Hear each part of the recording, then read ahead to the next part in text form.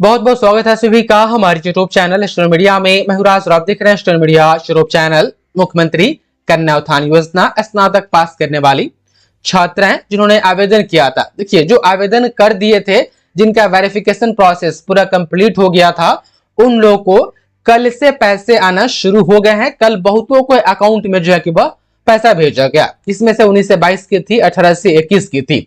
आप आवेदन नहीं किए हैं अभी तक के, आपका नाम लिस्ट में ऐड नहीं है, तो आपके लिए 2-3 दिन पहले वीडियो बना था, आप उसको देख लीजिएगा।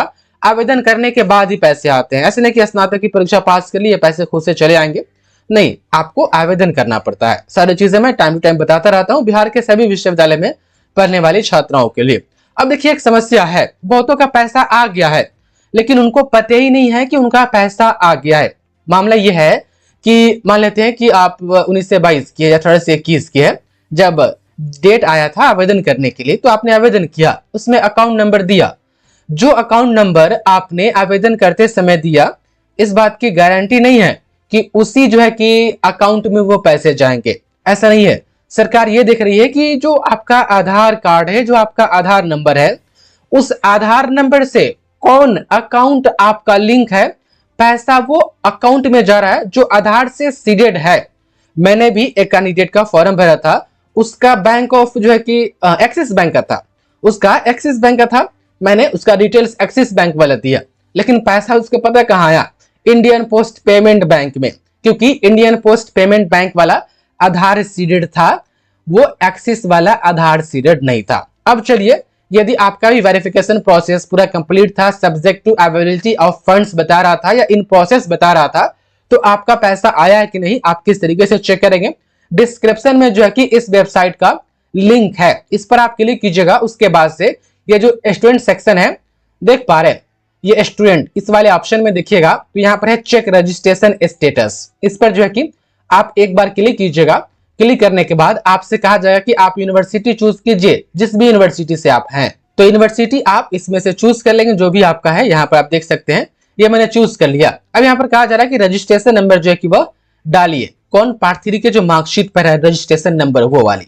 तो मैंने यहाँ पर डाल दी। अब देखिए, मैं इसका गेट डिटेल्स, आप भी ऐसे ही कीजिएगा। गेट डिटेल्स पर क्लिक कीजिएगा तो फिर आपका सीरियल नंबर आ जाएगा, आपका बैंक वेरिफिकेशन प्रोसेस, आधार सीडेड है कि नहीं, वो रेजिडेंशियल डिटेल्स, उसके बाद से देख पा रहे हैं ये सारी चीजें आ जाएगी। बस हम आपको यहाँ पर बताना चाहते हैं कि देखिए, यहाँ पर जो फाइनल स्टेटस है, इसमें देखिएगा फाइनल स्टेटस में क्या इन प्रोसेस बता रहा है, या subject to availability of funds बता रहा है, या स्टेटस में पेमेंट डन बता रहा है। देखिए, अगर किसी का पेमेंट डन बता रहा है तो यूटीआर होगा। मैंने छुपा दिया है, नहीं तो यूट्यूब कहता है कि आप कुछ भी किसी का पर्सनल नहीं दिखा सकते हैं, अदरवाइज हम वीडियो डिलीट कर देंगे। तो इसलिए मैंने यहाँ पर यूटीआर भी डिलीट, मतलब कि यहाँ पर हाइड कर दिया है। और डेट ऑफ ट्रांजेक्शन, कब आपका पेमेंट हुआ है, वो आपको यहाँ पर दिखा देगा। और यहाँ पर देखिएगा तो अकाउंट होल्डर नेम, किसके नाम से वो अकाउंट है वो, और अकाउंट नंबर यहाँ पर दिखाएगा।